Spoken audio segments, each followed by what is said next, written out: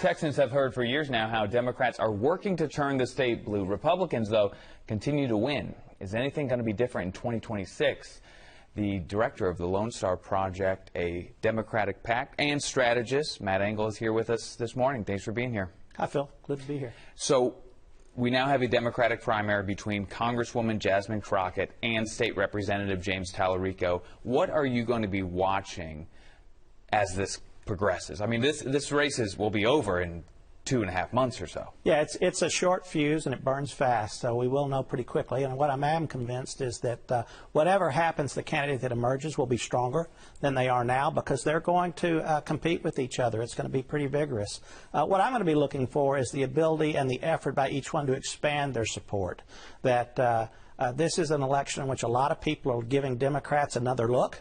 A lot of people that have been maybe defaulting to Republicans or haven't been involved in politics, they're concerned about what's going on in the country, what's going on in the state, is giving them a reason to consider Democrats. And I think it's important that both Jasmine Crockett and James Talarico expand their appeal so they can bring in some of those new voters. And when you talk about competition being good for the party, is there a line, though, if they start throwing mud at each other, is that counterproductive for them in November? It sure can be, and that would be a mistake. In my view, the first one that slings mud is hurt, and if you keep slinging it, you could be hurt badly. I don't think you'll see much of that. I think both of them, by nature, are really looking to enthuse their base and try to expand it, and I think it'll really be a contest as to who can do that the most effectively.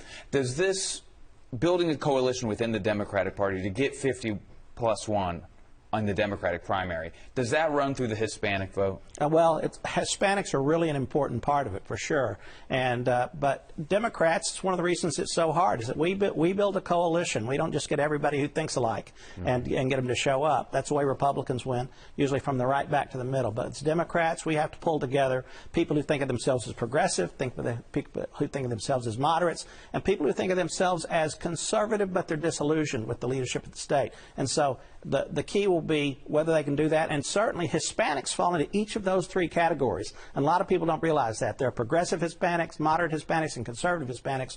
We need a disproportionate number of each one.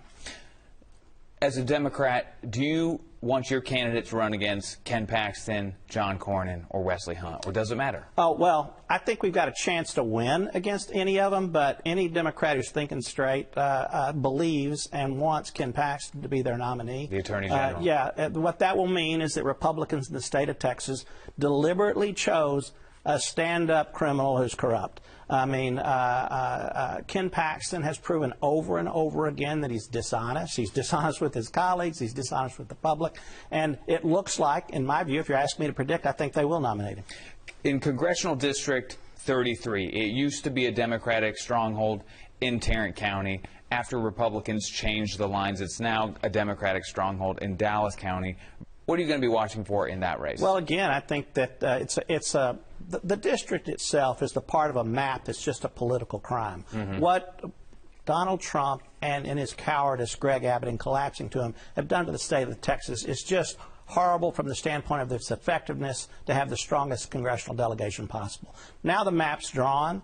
I think it's really an interesting race because both Colin Allred and Julie Johnson are well liked by the voters within that district. Both of them have served them very, very successfully. And so I think this is a campaign that really comes down to the tactics, kind of who has the strongest message, who does the best job in communicating with voters. And again, I think this is also one in which you don't want to go negative. You want to stay positive because the voters like both candidates. And quickly, in the last 30 seconds, we've talked about the federal races, but do you see Democrats having any type of chance in the statewide races? Well, certainly for the U.S. Senate. We talked about that. I think that Ken Paxton will be their nominee. I don't think John Cornyn's got a prayer. I've said and I believe that he's a dead senator walking.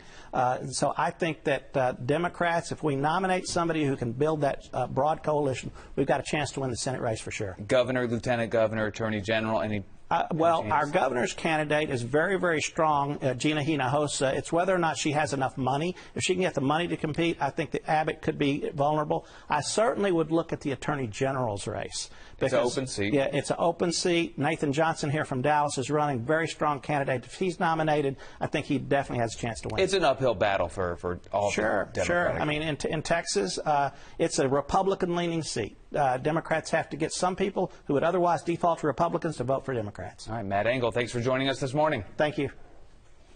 We'll stay on top of the key races each Sunday here on Lone Star Politics, and you can also track developments online at nbcdfw.com and at dallasnews.com. If you haven't registered to vote in the March 3rd Texas primary, that deadline is February 2nd.